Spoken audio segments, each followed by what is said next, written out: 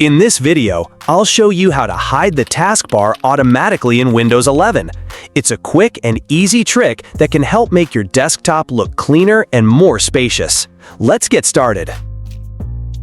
First, move your mouse down to the taskbar. Now, right-click anywhere on the taskbar.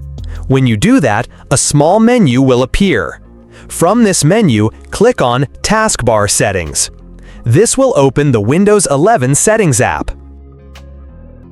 Once you're in the Taskbar Settings, scroll down a bit until you see a section called Taskbar Behaviors. Click on that to expand it. Now you'll see a checkbox that says Automatically Hide the Taskbar. Go ahead and click that checkbox. And just like that, your taskbar will now automatically hide itself whenever it's not in use. To bring it back, just move your mouse cursor to the bottom of the screen and it will pop back up. If you decide you want the taskbar to stay visible at all times, you can simply go back and uncheck that option. Thanks for watching. If this helped you, don't forget to like the video and subscribe for more.